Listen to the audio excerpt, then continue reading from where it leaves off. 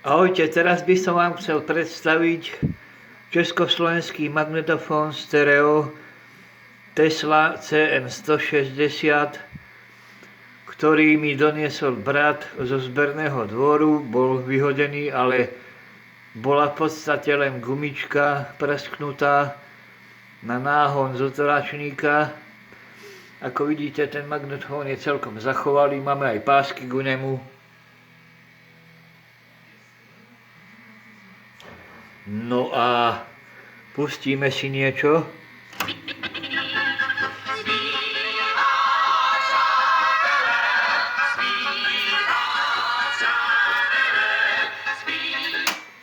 Ako vidíte, funguje parádne. Ešte si pozrieme LED indikátory.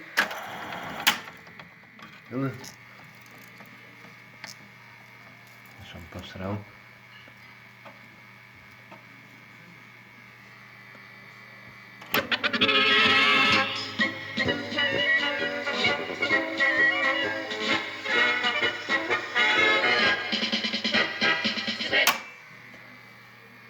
No, dúfam, že video sa vám páčilo. Ahojte.